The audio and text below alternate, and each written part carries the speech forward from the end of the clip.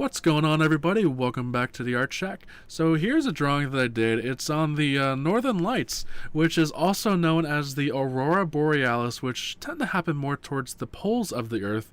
And based on the photographs that I've seen, it's a very beautiful event that happens. I haven't had the privilege to actually see it in person, but maybe one day that'll happen. But until then, I'm just going to draw it like I am here and do the best I can.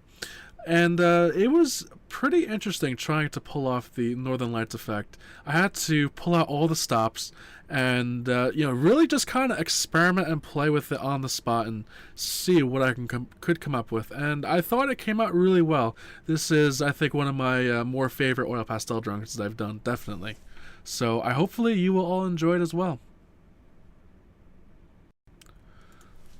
So to start off this drawing, I used Strathmore Artigain paper, and I just did a light sketch kind of showing the forms and contours of the mountains that, I had an idea of what I wanted to do, and just kind of roughly sketching out those shapes really helped to, kind of fortify that idea. But what's interesting about the black paper is that I really didn't have to, of course I don't have to shade in, completely black for the sky, for that really, really dark area. That black paper just kind of is a shortcut, really. But the real reason for the black paper is because it makes it so much easier to do the mountains with it. With having that white oil pastel and just kind of lightly pressing it and dragging along the page, it'll create a natural break, and with that black paper just showing through, and it makes it look like rocks and other formations just kind of peeking through, and especially with snow-covered mountains, it looks really good. So with the shadowed side of the mountain, I had to come up with something a bit different. I didn't have a light shade of oil pastel or a light shade of blue that really went well with what I was drawing. I had a dark shade that went really well, but of course, as soon as I applied that to the page, you couldn't see it because the paper was black. So I had to use that white oil pastel and just kind of lightly go over it, the dark blue with the white, and slowly but surely it really made it pop out and made it nice and light. And you'll see that in a little bit of me doing that. And in some areas, more towards the peaks, I pressed really hard with that oil pastel just to really make those peaks, really pop out and things like that. So it's all about just varying the pressure and getting different textures and things like that along the mountains that I think, kind of made it look pretty cool. And I really enjoyed how this one turned out. There is one thing I'd like to bring up about oil pastels. The brand here that I'm using is Sennelier, which I'll list in the description because it's not exactly spelled how it's pronounced. But this brand, I have not been able to find a brand that matches the way that this one performs. And pretty much, I'll give you a breakdown as to why that is. So there's three main types of art materials, usually for paints, pencils, color pencils, pastels, things like that. There's usually the craft and hobby grade, which is the cheapest of the bunch, and then it goes up to the student grade, which usually a lot of students will use, typically because everyone's tight on money. So, and that's usually what people will recommend for students. And then there's the artist grade, which are usually the highest grade of the bunch, and rightfully so. You're going to get very, very high quality materials, very good pigments. And unfortunately, it's going to cost you a bit. So these Sennelier oil pastels will fall underneath that category of artist quality materials. So in my experiences, I haven't even been able to find a student grade of oil pastels that that can match the quality of these, and I'm not sure why. Well, actually, I do know, but I'm not sure why no one makes anything that is comparable to Sennelier. I think the only brand that is like it is Holbein, which I think is even more money than Sennelier. So, other brands of oil pastels, especially the hobby and craft grade ones, will typically have a lot of those artificial fillers and wax, which is pretty much the same thing that they use to create crayons. So that's why I usually compare some oil pastel brands to crayons. Typically that's all they are. So oil pastels are an interesting medium. I haven't, like I said, I haven't found anything that compares really to Sennelier. I know I've gotten a couple comments saying that they've found brands that are, they're pretty good, but I haven't tried them, so I can't really vouch for them, and plus I don't remember what the name of the brand was. So, but Sennelier is definitely the best brand I've ever used. But like I said, they're a bit costly. I think it's somewhere in the ballpark of $2 to $3 per color, and you don't get too much of that color when you buy that. So it definitely is an investment, but if you can really get into using oil pastels, it's worth it. I recommend that if you have a fine art store near you, they will probably have some sort of display of these oil pastels, and you can sometimes pick and choose the colors that you want. I'd recommend picking out a couple colors, maybe 3 or 4, and play around with them, because I'd hate for you to spend a lot of money on a new medium and just be like, I don't like it. Because to be honest, not everyone likes everything, so you just kind of try something out and see if you like it or not. And oil pastels are just something that I've really enjoyed using over the years, and I know a lot of you initially started following me because of all my oil pastel drawings, so I still like to try and do them when I get the time, because I know a lot of you still really appreciate them. And I really enjoy doing them as well. They're still probably one of my favorite mediums to use. They're really a lot of fun.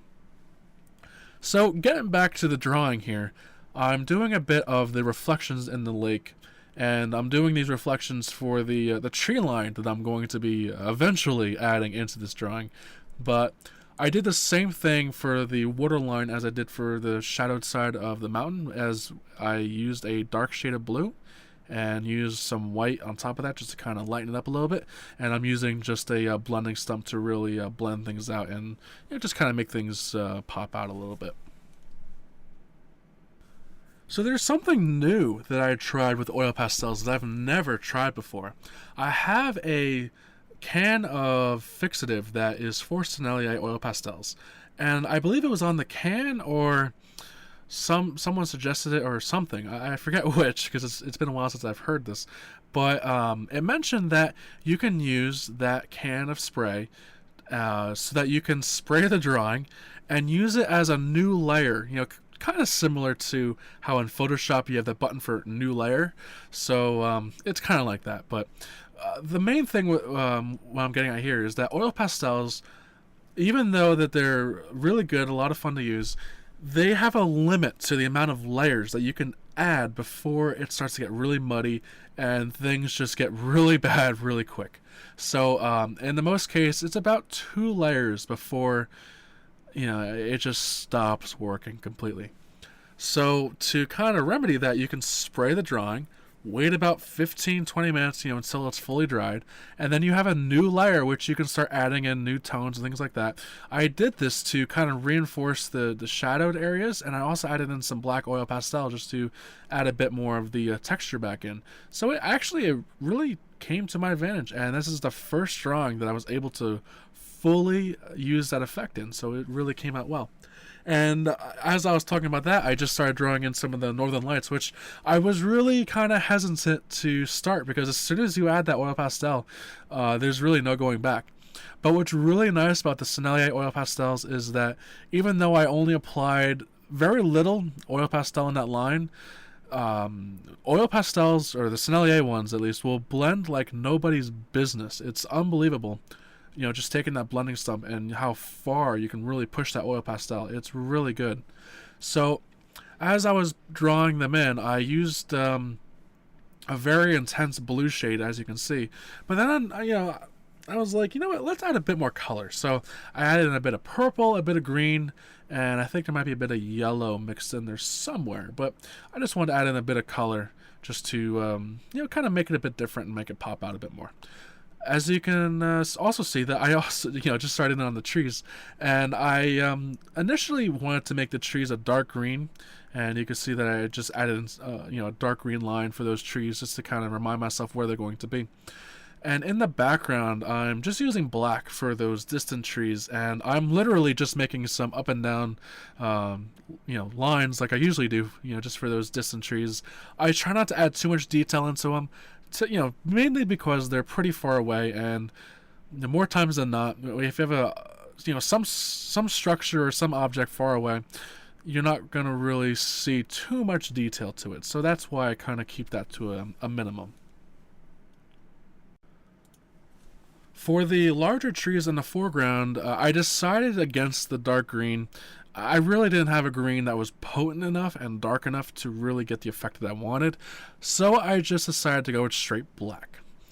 And I really didn't want to make these trees too thick. I wanted to keep them, nice, skinny, tall trees. It's just I felt that would fit this scene better.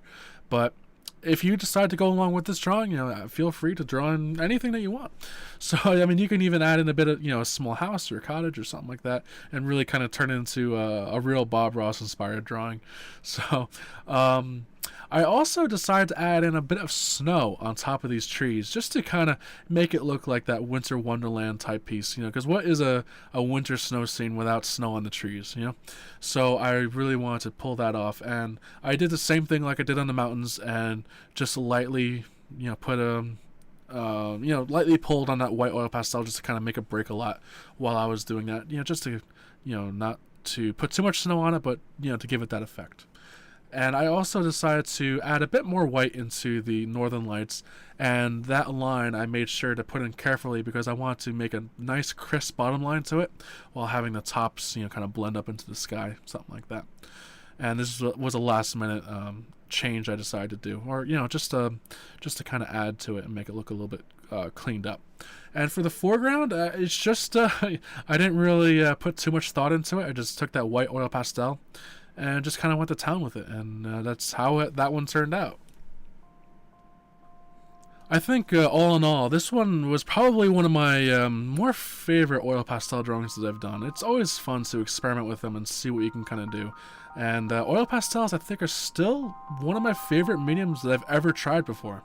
So let me know in the comments below, what is your favorite medium to use and why? Alright everyone, I want to thank you all very much for watching, and I will see you all later. Take care.